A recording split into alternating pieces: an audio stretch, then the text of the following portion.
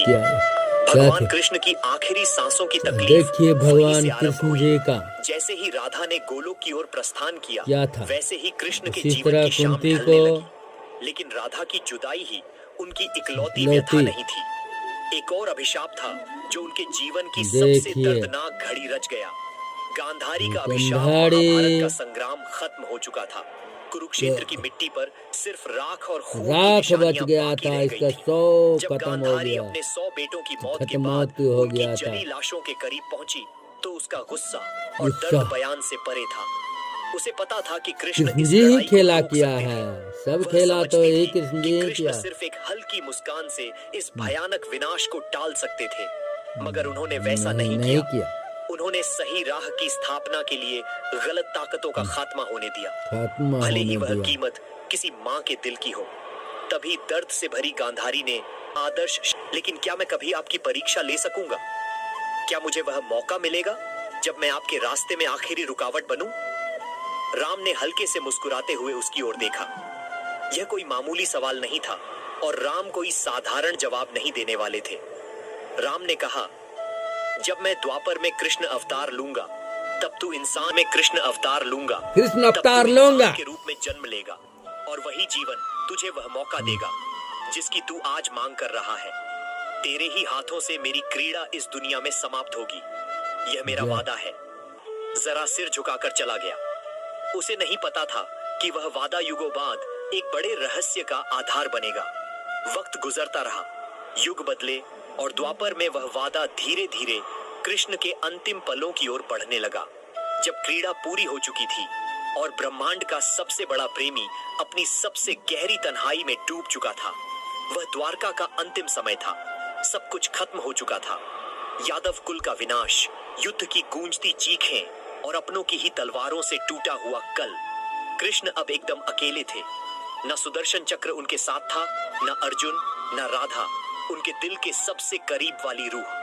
कृष्ण एकांत में द्वारका से काफी दूर एक शांत जंगल में पहुंचे। वहां एक पुराना बरगद का पेड़ था। उसी की छांव में बैठ गए। उनके गले में वही बांसुरी लटकी थी जो कभी राधा के लिए गूंजती थी। धीरे से आंखें बंद की और बांसुरी के स्वर हवा में फैलने लगे। स्वरों में दुख था, छटपटाहट थी और राधा के नाम की गुहार। उनकी उंगलियां थरथरा रही थीं, लेकिन धुन राधा की ही थी। बहुत दूर गोलोक में राधा बैठी थी, परमधाम की ऊंची सीढ़ियों पर। जैसे ही उस बांसुरी की आवाज वहां पहुंची, राधा की आंखों से आंसुओं की धारा बहने लगी। उन्होंने देखा कि कृष्ण अकेले हैं। प्रेम की वह अलौकिक मूरत जिसने पूरे जगत को मोह से आजाद किया, आज खुद मोह के जाल में फंसी हुई है। राधा ने कांपती नजरों से कृष्ण की तरफ हाथ बढ़ाया, लेकिन वे उन्हें छू नहीं सकती थी। गोलोक की देवी, परम ब्रह्म की स्वरूपिणी राधा, जिसे सारा जगत पूजता है, आज कृष्ण के दर्द के आगे बेबस हो चुकी थी। प्रभु, अब बस करिए, राधा की रूह ने रोते हुए कहा। मुझे वापस आने दीजिए। मैं फिर से आपकी बांसुरी की धुन बनकर लौटूंगी। मैं फिर से वृंदावन की गलियों में बहूंगी, लेकिन यह तन्हाई मुझे सहन नहीं होती। लेकिन कृष्ण चुप थे।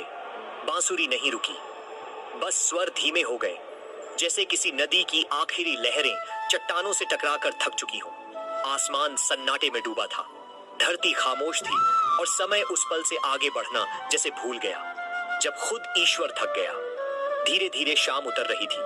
बरगद का वह पेड़ जो सालों से सिर्फ एक गवाह था, कृष्ण की बरगद का आखिरी पेड़ ही सांसों इसका का गवाह साक्षी है, बनने वाला था।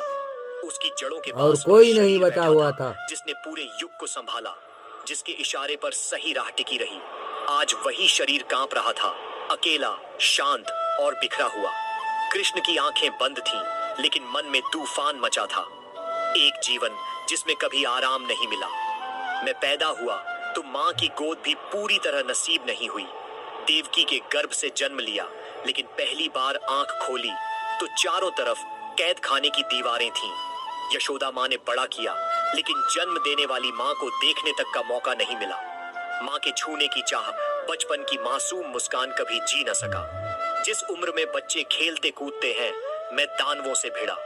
फिर आया मोहब्बत। राधा, मेरा सबसे खूबसूरत, सबसे पाक सा अनुभव। दादा परदादा, भाई बेटे, सबको मिटा दिया। मैंने सही राह बचाई, लेकिन अपना कुल न बचा सका। यादव कुल अपनों के हाथों अपनों का खात्मा। मैंने सब कुछ खो दिया। आज न बलराम है, न सुदामा, न अर्जुन, न राधा, न वह वृंदावन। मेरे पास है तो सिर्फ एक बांसुरी, जिसे अब सुनने वाले कान नहीं बचे। अब जब बजाता हूँ तो हर धुन में राधा की याद दर्द बनकर लौटती है। आज मैं हार गया हूँ। जगत को सिखाते सिखाते मोहब्बत की छोड़नी पड़ी। माँ मिली, दूर हो गई। भाई मिले, संग्राम में गंवा दिए। सत्ता मिली, लेकिन खुशी कभी ना आई। इतना सब झेलने के बाद भी आज मेरी आखिरी सांसें हैं और मैं अकेला हूँ इस बरगद के नीचे, जहाँ कोई नहीं सिवाय मेरी टूटी बांसुरी के। शायद अब यही सही है। शायद अब राधा के पास वापस जाने का वक्त आ गया है। शायद अब मैं भी सुकून का हकदार हूँ। धीरे से कृष्ण बांसुरी को होंठों से अलग करते हैं और दोनों हाथों से उसे दबाते हैं। एक हिस्सा बांसुरी का टूट जाता है। राधा की याद कृष्ण की रूह के साथ टूटकर उस बरगद के नीचे कहीं गुम हो जाती है। अब बस एक गहरा सन्नाटा है, जैसे खुद वक्त रुक गया हो। बरगद के पेड़ के नीचे कृष्ण जमीन पर लेटे हुए थे, नजरें आकाश की ओर थीं। बांसुरी अब भी उनके होठों से चिपकी थी, लेकिन अब कोई धुन नहीं निकल रही थी। तन थक चुका था, मन खाली हो गया था। तभी दूर जंगल में शिकारी जरा अपने शिकार की खोज में घूम रहा था। उसकी नजर कृष्ण के पैरों पर पड़ी। पीले वस्त्र की चमक और पैर का अंगूठा दूर से देखकर उसे लगा कि कोई मृग झाड़ियों में छिपा है।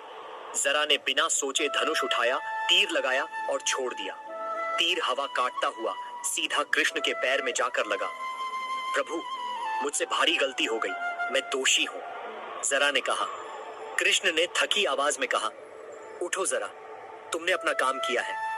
ये वही पल था जब मुझे अपना तन छोड़ना था। ये तुम्हारा नहीं, मेरे कर्मों का नतीजा था। तुम सिर्फ माध्यम बने। जरा बिलक बिलक कर रोने लगा। कृष्ण ने आंखें बंद की। मैंने जन्म लिया, अपने कुल को मिटते देखा, सही राह के लिए अपनों को गंवाया। हर जीवन में मोहब्बत पाई, लेकिन उसे पूरा न कर सका।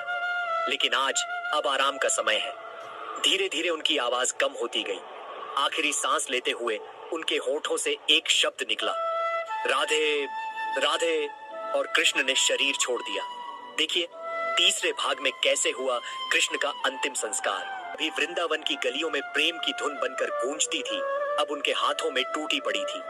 जरा वह शिकारी जिसके तीर ने अनजाने में कृष्ण की लीला को इस धरती पर समाप्त किया, अब भी उनके चरणों के पास खड़ा था। उसका चेहरा आंसुओं से भीगा था और उसका मन अपराध बोध की आग में जल रहा था। प्रभु, मैंने क्या कर दिया? जरा बार बार यही दोहरा रहा था, लेकिन कृष्ण का चेहरा शांत था, जैसे वह उस तीर की चुभन को भी अपनी लीला का हिस्सा मान चुके हों। जंगल की खामोशी को तोड़ते हुए हवा में एक हल्की सी सरसराहट हुई, मानो प्रकृति भी इस पल की गंभीरता को समझ रही हो। जरा जो अब भी अपने किए पर कांप रहा था, धीरे धीरे उठा। उसने देखा कि कृष्ण की देह से अब कोई हरकत नहीं थी। उनके होंठों पर हल्की सी मुस्कान थी, जैसे वह राधा के साथ गोलोक में पहले ही मिल चुके हों। जरा को समझ नहीं आ रहा था कि वह क्या करे। वह एक साधारण शिकारी था, जिसके हाथों अनजाने में एक अनघट घटना हो चुकी थी। उसने सोचा कि इस पवित्र देह को यूं जंगल में नहीं छोड़ा जा सकता। उसने आसपास के गांव वालों को बुलाने का फैसला किया।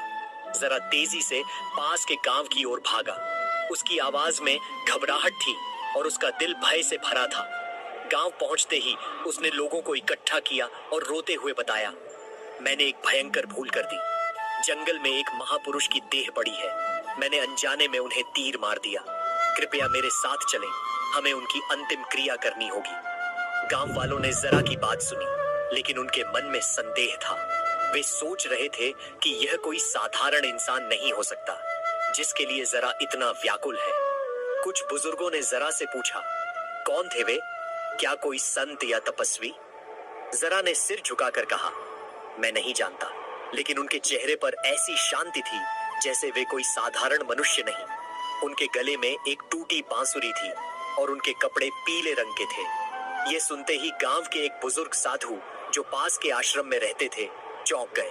उन्होंने कहा, यह तो श्री कृष्ण हो सकते हैं, द्वारका के स्वामी, यादवों के रक्षक। चलो जल्दी चलो। साधु की बात सुनकर गांव में हड़कंप मच गया। लोग अपने घरों से निकले और एक जुलूस सा बन गया। बच्चे, बूढ़े, जवान सब उस बरगद के पेड़ की ओर चल पड़े जहां कृष्ण की देह पड़ी थी। जब लोग जंगल पहुंचे तो वहां का दृश्य देखकर सभी की आंखें नम हो गईं। श्री कृष्ण की देह बरगद की छांव में लेटी थी। उनके चरणों पर खून की कुछ बूंदें थीं, जहां जरा का तीर लगा था, लेकिन उनके चेहरे पर वही दिव्य शांति थी जो जीवन में भी उनकी पहचान थी। गांव की एक वृद्ध महिला ने रोते हुए कहा, ये तो हमारे कान्हा हैं, वही जिनके बारे में हमने सुना था, वही जिन्होंने वृंदावन में गोपियों के साथ रास रचाया, जिन्होंने कुरुक्षेत्र में धर्म की स्थापना की। लोग उनके चरणों में झुक गए। कुछ ने उनके पैर छुए, कुछ ने उनके चेहरे को देखकर प्रणाम किया। साधु ने आगे बढ़कर कहा, हमें उनकी अंतिम क्रिया के लिए तैयारियां करनी होंगी। ये कोई साधारण देह नहीं है, ये उस परमात्मा का शरीर है जिसने इस युग को चलाया। हमें पूरी श्रद्धा और विधि विधान से उनकी अंतिम यात्रा करनी होगी। गांव वालों ने साधु की बात मानी और तुरंत जुनबेई शुरू कर दी। कुछ लोग लकड़ियां इकट्ठा करने गए, कुछ ने पवित्र जल लाने के लिए पास की नदी की ओर प्रस्थान किया। जरा अब भी एक कोने में खड़ा था, अपने अपराध के बोझ तले दबा हुआ। साधु ने उसे देखा और कहा, जरा तुम्हें खुद को दोषी मानने की जरूरत नहीं। तुम सिर्फ उस लीला का हिस्सा बने जो पहले से लिखी जा चुकी थी। ये कृष्ण की इच्छा थी कि उनका अंत इस तरह हो। गांव वालों ने मिलकर एक चंदन की चिता तैयार की।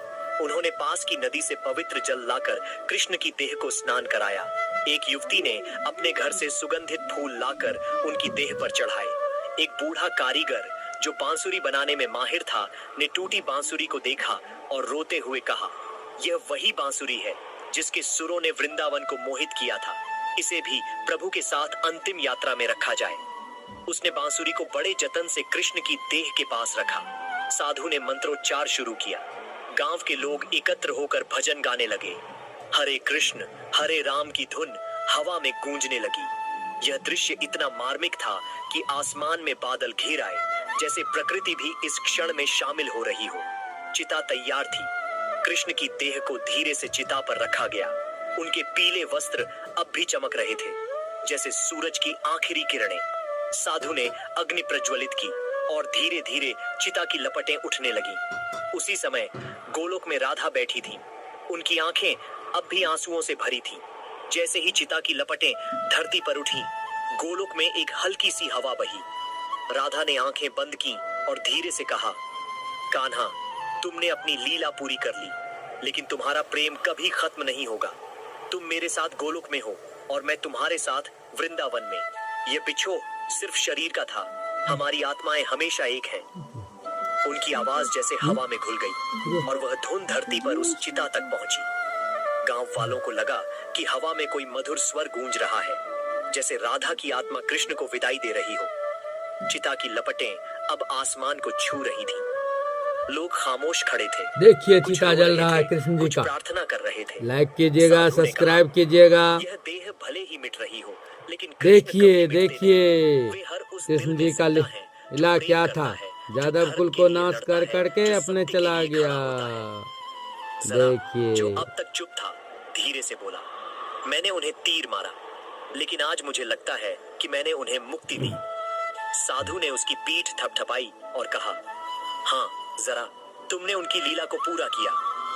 जैसे जैसे चिता की राख ठंडी होने लगी, लोग धीरे धीरे अपने घरों की ओर लौटने लगे, लेकिन उनके मन में एक गहरी शांति थी। उन्हें लगा कि उन्होंने उस परमात्मा की अंतिम यात्रा में हिस्सा लिया जिसने उनके लिए अनगिनत बलिदान दिए।